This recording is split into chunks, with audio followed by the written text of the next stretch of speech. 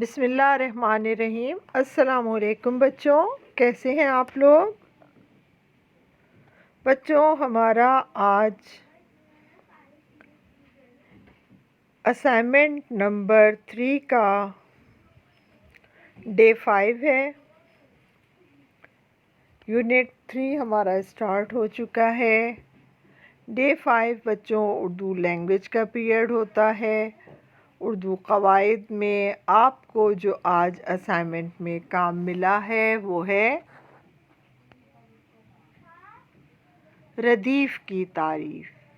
بچوں، ردیف شاعری میں استعمال ہونے والی ایک خاص اصطلاح کا نام ہے۔ آئیے ہم دیکھتے ہیں ردیف کی کیا تعریف ہے۔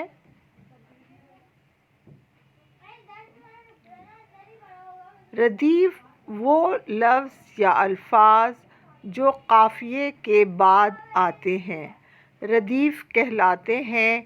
یاد رہے کہ بعض اوقات شعر قافیے پر ہی مکمل ہو جاتا ہے، کیونکہ شعر کے لیے قافیہ ضروری ہوتا ہے، ردیف لازم نہیں، جیسے صلی اللہ علیہ وسلم۔ بچوں، یہ ردیف آپ کے سامنے جو آیا ہے صلی اللہ علیہ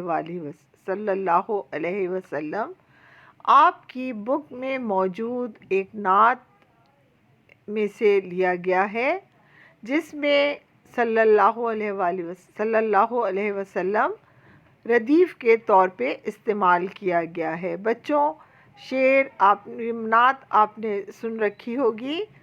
خلق کے سرور شافع محشر صلی اللہ علیہ وسلم، نوح کے ہمدم خضر کے رہبر صلی اللہ علیہ وسلم۔ بچوں، اکثر و بیشتر اشعار قافیے پر ختم ہو جاتے ہیں۔ قافیہ کیا ہوتا ہے؟ ایک جیسی آواز والے الفاظ۔ یہ اشعار میں وزن برقرار رکھنے کے لیے ضروری ہوتے ہیں، اور اس نعت کے اندر صلی اللہ علیہ وسلم نعت کی خوبصورتی، آداب کو برقرار رکھنے کے لیے صلی اللہ علیہ وسلم ردیف کے طور پہ استعمال کیا گیا ہے۔ ردیف ایک ہی الفاظ بار بار استعمال کیے جاتے ہیں ہر شعر کے بعد، اسے ہم ردیف کہتے ہیں۔ پوری نعت میں آپ اپنی کتاب میں دیکھیے گا، پوری نعت میں ہر شعر کے مکمل ہونے کے بعد صلی اللہ علیہ وسلم آ رہا ہے۔ وہ کیا ہے؟ ردیف ہے۔